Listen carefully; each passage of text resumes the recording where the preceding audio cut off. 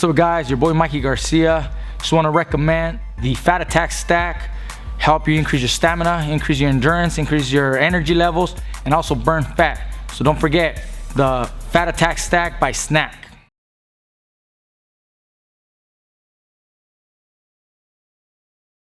On the win. I'm down here to your right. Thank you very much. No problem. So first time back in the octagon in 3 years, almost to the day actually. What did it feel like in there? Was it any different? What was kind of going through your mind?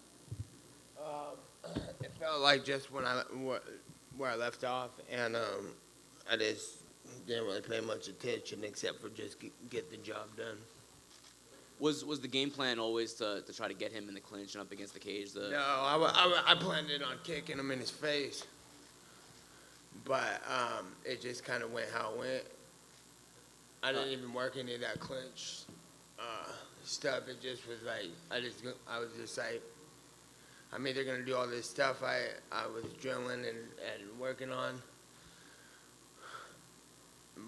or I'm just gonna get into a full-on fight with him and add that shit to it.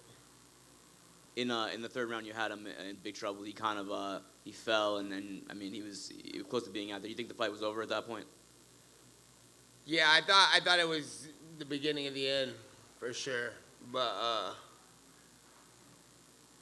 I just went in there and went. And I warmed up in the back really good, and I was going hard, and then I kept warm when I went out, and then I started fighting because I didn't want to. I know it was a 5-minute round fight, and my last couple fights were 5-minute rounds. So I wanted to go in there like my first round was my third or fourth round, and so I went in, and first minute in from the intensity and how long I was going, I was already tired. So I didn't have the full juice to ease up and full on take him out.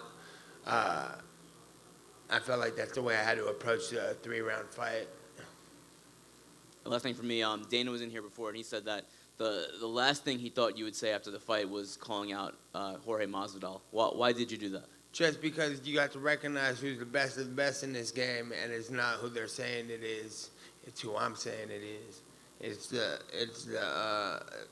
guys who've been in here for forever and now are still on the top of the game. Like Pettis just knocked out Thompson, who was just fighting for the 170 title a whole bunch of times, and then he fights Pettis. Pettis just knocks his ass out real quick.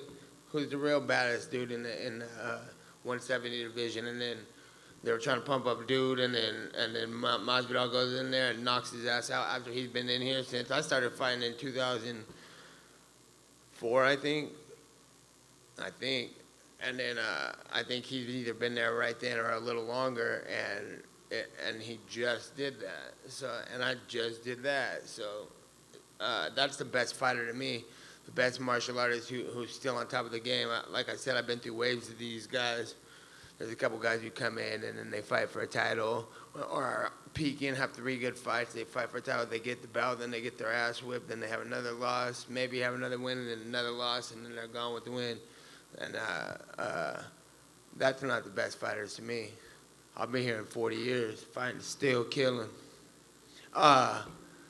Remember, like, who was his, like Jake Ellenberger was like peaking for a minute, and then he was the guy, and then he just got worked over, and then he had a couple fights, and he was just gone. And then like Rick's story, and I can't even think of other examples, but there's a whole bunch of people.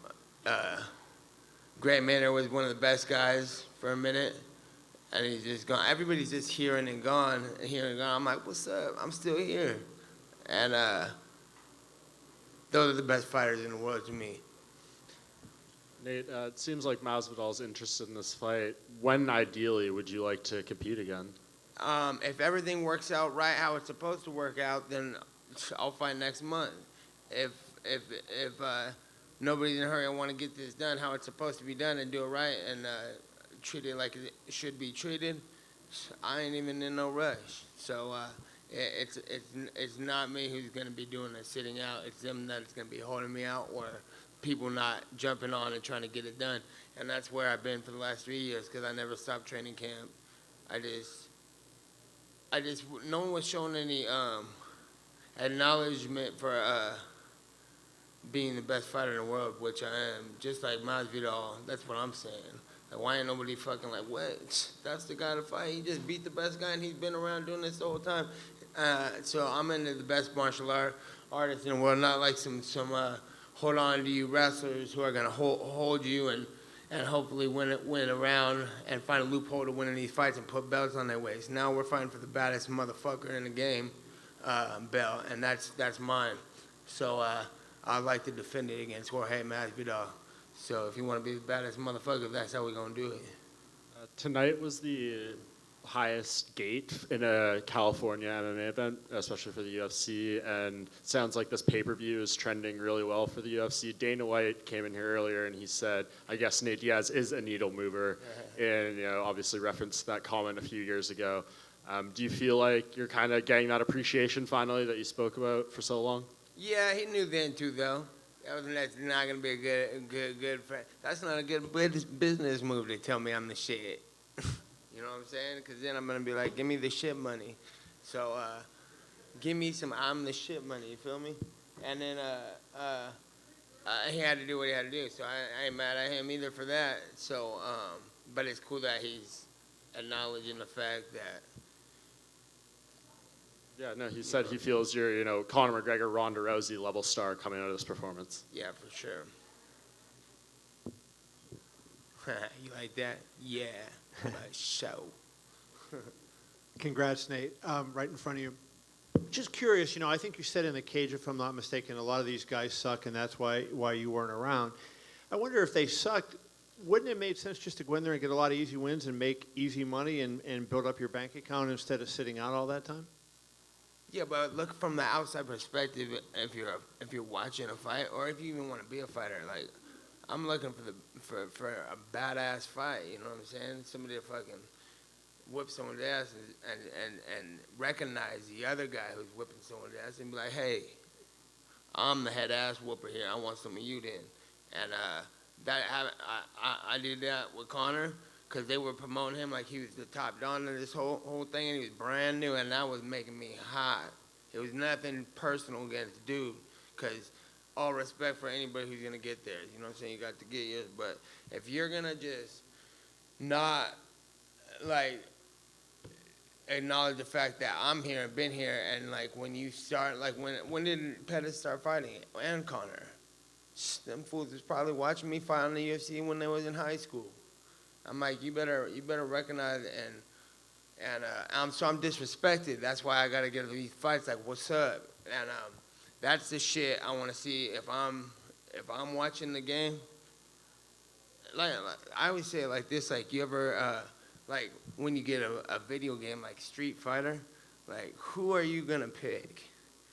Who are you gonna pick? You know what I'm saying? Like, I want to pick the baddest looking motherfucker right there who does the coolest shit, and I believe that. I believe that. I believe that I'm the coolest at all these sorry-ass motherfuckers who are just sat around for 3 years and let me whip Conor McGregor's ass, and then nobody said nothing. Like, what? I would have been like, that's the best, baddest dude. He called out dude. He got the fight. He whipped him, and then they robbed him, and then, oh, he's out for 3 years. Like, why didn't somebody step up like, hey, if he's out for 3 years, get your ass back in the game. I'm going to whip your ass. And then I'm like, oh, I got to step back in the game real quick and fight that guy, because I can't be going to the coffee shop and have somebody say, man, that guy said he was going to whip your ass all over the place. I'm like, no, he's not going to whip my ass. That's why I'm going to fight him. So there's your blueprint. And none of these fighters know how to do that, because none of them have imagination. None of them hadn't played Street Fighter or watched a cool movie before.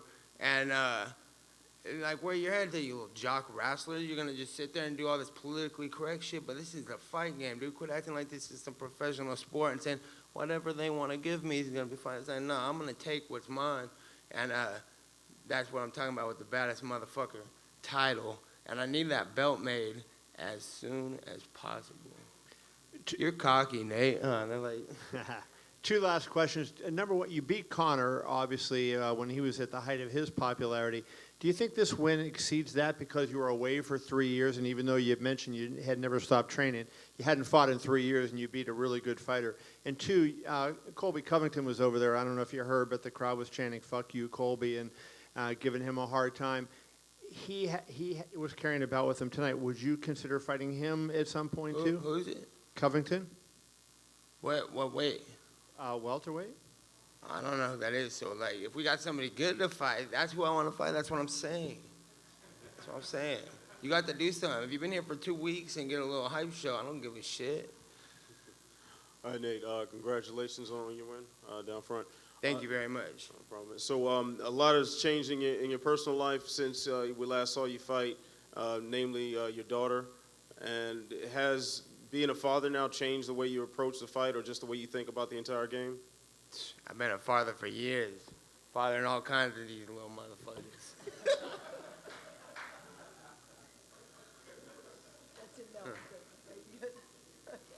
Okay. Oh, Nate, you're amazing. Listen, you have been out such a long time. Obviously, that third fight with Conor is something a lot of people want to see. Is there any chance that could happen by the end of the year? Conor, third fight, December, possibility? If that's something that works into the schedule, I'm gonna fight the baddest dudes, the biggest, baddest shows that people want to see. That's what I want to see. That's what I want to do. So it's up to the everybody who's involved in that. If they want it, they're gonna call me and tell me they want it. So why do you think it is that people didn't call out your name? Is it partly because maybe they want to fight somebody in the rankings and you're such a big risk to fight you and you weren't maybe? I don't think they know how to do it. I don't think anybody knows how to do it. Everybody's beginners. They're all or scared or something. But like I said, I with all I don't want to be all fooling myself and riding on a high horse and cocky and shit. But I got way too much money to be having to fight somebody that's not interesting. You know what I'm saying? I'm an entrepreneur. I got all kinds of shit going on, and it's been good and fun. And no matter how much money I make and how much I do, it just isn't as. It's not like after a while you're just like I have to do what I've been doing, because this shit's just not the lifestyle I like. I like the healthy living lifestyle, training for something, getting a job done, and the feeling of getting a job done of what I started in the first place that led to all this other stuff. That's what I'm into. So obviously your brother Nick does this too, or used to do this too anyway. We haven't seen him in a while, but what do you think about the fact that you've kind of eclipsed him now? I mean, Nick was here first maybe, but you may last the longest. No, I'm just out here keeping the Nick Diaz army, keeping the Nick Diaz. I'm representing for him. Mainly, that's my main thing from the beginning. Fighting was making sure that I made Nick and Caesar proud and happy with what I'm doing, even though he's probably got a lot of criticism for me. When I go see him right now, I know he's gonna give me all kinds of that. And I appreciate it, but that's what he's the best fighter in the world, and I think the same thing with him. Like I came here to just spit it and get the job done, so I can spit it. That everybody's weak. What are you gonna do? You're gonna just sit there and not? How are you gonna fight somebody if nobody's fucking wants to fight? It's like I ain't no bully. I don't want to just go beat nobody up. That's not fun to me. That's not fun to him. But if nobody wants to get it, it's not very motivating to just sign up for fights, straight up. So he's not completely done, though. There's a possibility your brother could still fight? Yeah, what's up? They should do something. Somebody needs to, I mean, I'm not trying to tell people to go yelling at Nick, but, like, I don't think there's nothing that's very interesting to him right now. Okay, thank you. I think I keep hearing GSP dabbling a little bit. I don't know what to deal with that, but if he ever came back to the table, I'm sure that'd be good. And for both of them, they're both just they're just both sitting there with nobody to fight because they're the best fighters in the game, and nobody's recognizing that. And like, I mean, you know, they have a little bit, but it's like, okay, that's in the past. That's not in the past. That's like they're still here, and I feel like it's probably uninteresting to them, both of them. So that's just my thoughts on that. I don't mean to speak for Nick at all. Nick's fucking probably got a whole nother thought on all this. I probably just pissed him off too. Well, bring him out here then. Come on. Nick. Yeah. Thanks, Nick. I gotta go meet him at the thing. Nick over here. It's clear you have a business savvy during the media workout. I mean, the CBD thing was all theatrics, but you're also plugging your company. How do you want to leverage this new opportunity you have as a star, as Dana White says, as a needle mover to make the money and the fights that you actually want? How are you going to actually position yourself? I don't understand the question. I think I'm positioned. I don't get it. What was the question? So essentially, how are you going to leverage this new opportunity that you have to get the money and the fights that you want? How am I gonna leverage it? I feel like it's leveraged. And then speaking of the CBD, you mentioned you're going to indulge in some weed right afterwards. How soon do you plan on doing that? As soon as I get out of this damn arena, they won't let me smoke till I'm gone.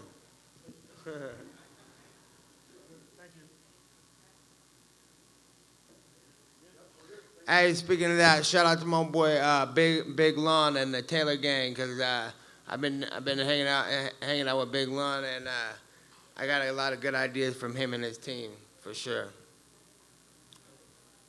Thank you everybody.